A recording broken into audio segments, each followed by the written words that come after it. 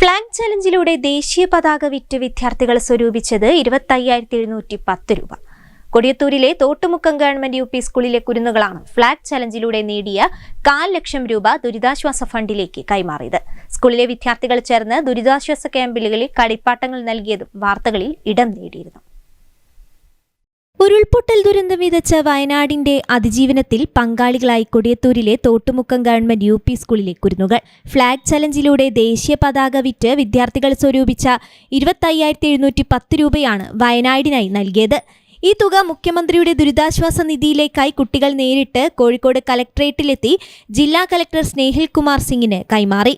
തങ്ങളെപ്പോലെയുള്ള നിരവധി കുട്ടികളെയും ദുരന്തം ബാധിച്ചവരെ തങ്ങളാലാകുന്ന തരത്തിൽ സഹായിക്കുക എന്ന ലക്ഷ്യത്തോടെയായിരുന്നു ഈ സർക്കാർ വിദ്യാലയത്തിലെ കുട്ടികൾ ഫ്ലാഗ് ചലഞ്ചുമായി രംഗത്തെത്തിയത്.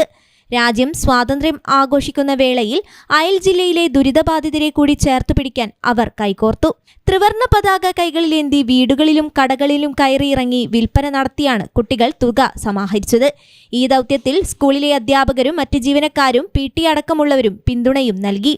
വയനാട് ദുരന്തത്തിൽ അകപ്പെട്ട കുരുന്നുകൾക്കായി തോട്ടുമുക്കം സ്കൂളിലെ ഇതേ വിദ്യാർത്ഥികൾ നേരത്തെ കളിപ്പാട്ടങ്ങളും ഡ്രോയിംഗ് ബുക്കുകളും മറ്റും നൽകിയിരുന്നു. ചിലർ തങ്ങൾക്ക് ലഭിച്ച പിറന്നാൾ സമ്മാനങ്ങളും ഇഷ്ടപ്പെട്ട സാധനങ്ങൾ വാങ്ങാനായി സ്വരൂപിച്ച തുകയും മറ്റുമായാണ് സ്കൂളിലെത്തിയത്. അവയെല്ലാം സമാഹരിച്ച് അധ്യാപകർ വയനാട്ടിലെ ദുരിതാശ്വാസ ക്യാമ്പുകളിലെ കുട്ടികൾക്ക് എത്തിച്ചു നൽകുകയായിരുന്നു. മാതൃകാപരമായ പ്രവർത്തനത്തിന് നേതൃത്വം നൽകിയ വിദ്യാർത്ഥികളെ ജില്ലാ കലക്ടർ അഭിനന്ദിച്ചു.